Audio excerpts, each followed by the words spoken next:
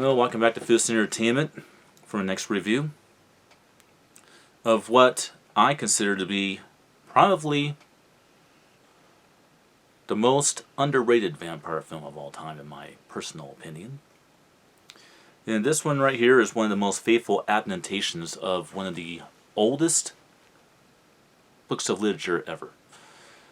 And definitely a film that I think everybody should watch. And what's cool about this vampire film is it's not directed at literally being a horror film. Now, is it a horror film? Yes, of course, it's definitely a horror film in every regard. But you know what else it is? It's a love story of the highest caliber. And it goes to those places that really deep, driven love stories go to. And if I haven't figured it out yet, I am talking about the wonderful 1992 Oscar-winning movie, because I believe this did win an Oscar for something. I just forget what it was. Maybe one day I'll figure that out. Bram Stoker's Dracula, and this right here is another limited edition 4K steelbook, Best Buy exclusive, like Fright Night. This one, and I got at the same time, I might add, and out of the steelbooks I have, this one's probably one of my favorite steelbooks out of my entire collection. It's a wonderful steelbook, especially like the back there, it's cool. There's not much to show on the back of the Fright Night one, so I'm not going to bother. All I can say about this film is it's a timeless movie. A completely timeless movie, and it has nothing but A-class actors throughout the board on this movie. I mean, the film's cast is amazing. You have Gary Oldman is Count Dracula. You got Keanu Reeves is Jonathan. I always forget the last name of this fucking character. Jonathan Harker. You got Winona Ryder is Mia. See if I remember. Give me a second here.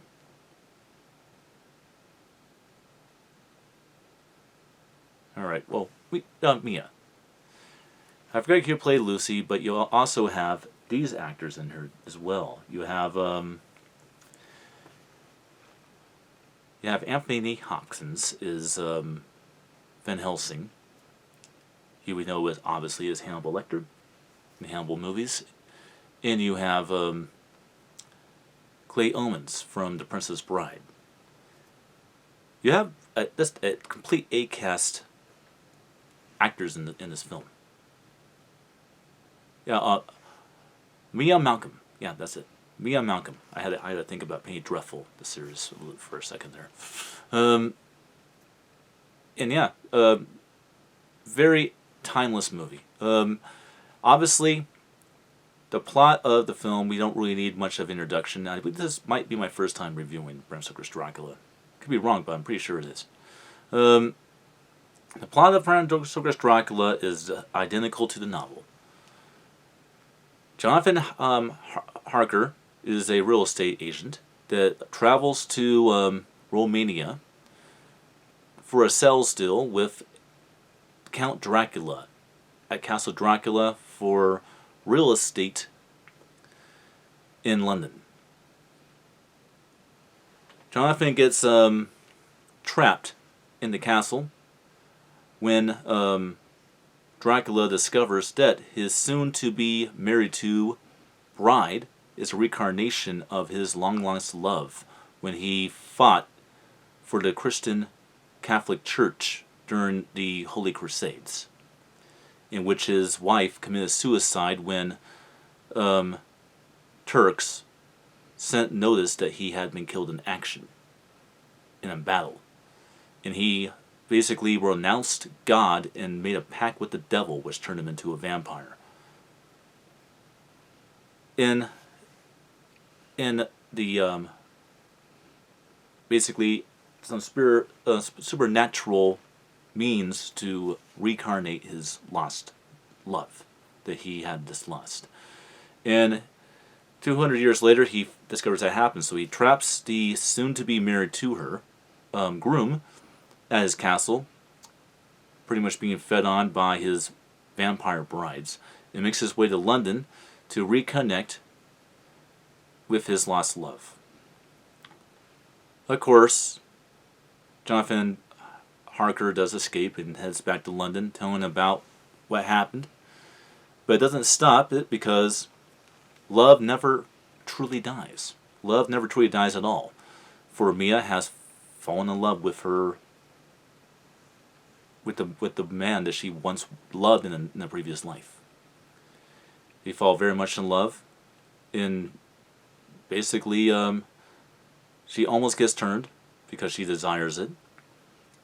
And what happens is Van Helsing, played by Anthony Hopkins, teams up with Jonathan Harker as well as a few others to basically hunt down the Dark Prince and rescue Mina from the temptations that she has been drawn into. And what ends up is he gets fatally wounded, and as a sense of mercy, Mia kills the man that she loved in the previous life and lets him find peace. And interesting enough, despite all the horror, the peace he finds sends him to heaven. And it's very much symbolically shown at the very end of the film that he finally found peace with himself and therefore ascended instead of descended. So yeah, this is not a all-on, completely just vampires devouring movie. This has heart to it. It has a lot of very big heart to the film.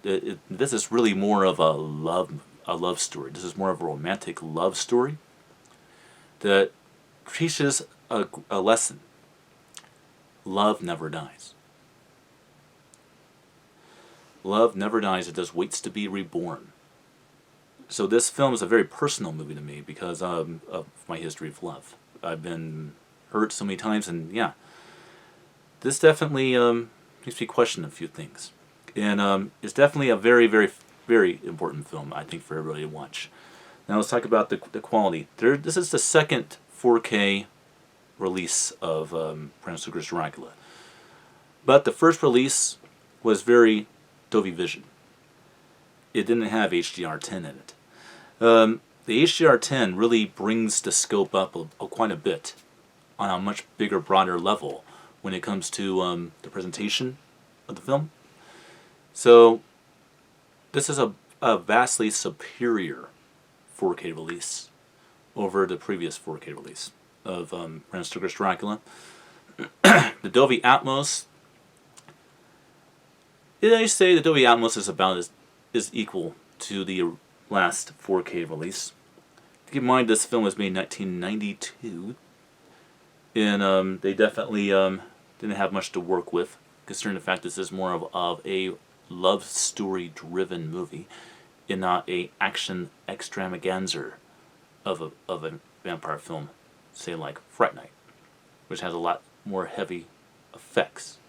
This one is more tongue-in-cheek of being a romantic movie while being a vampire film. Now, don't let that fool you. This is a very, very gothic and very R-rated movie.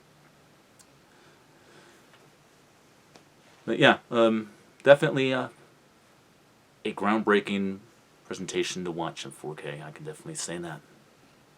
You know, wonderful steelbook, I might add. And it's the beginning of this review and the next two, which have one thing in common, and that is Dracula. So, figure out what my next Dracula movie review is going to be next. If you haven't checked out Bram Stoker's Dracula, check it out, because it's a really good movie. And I'll see you guys on the next one.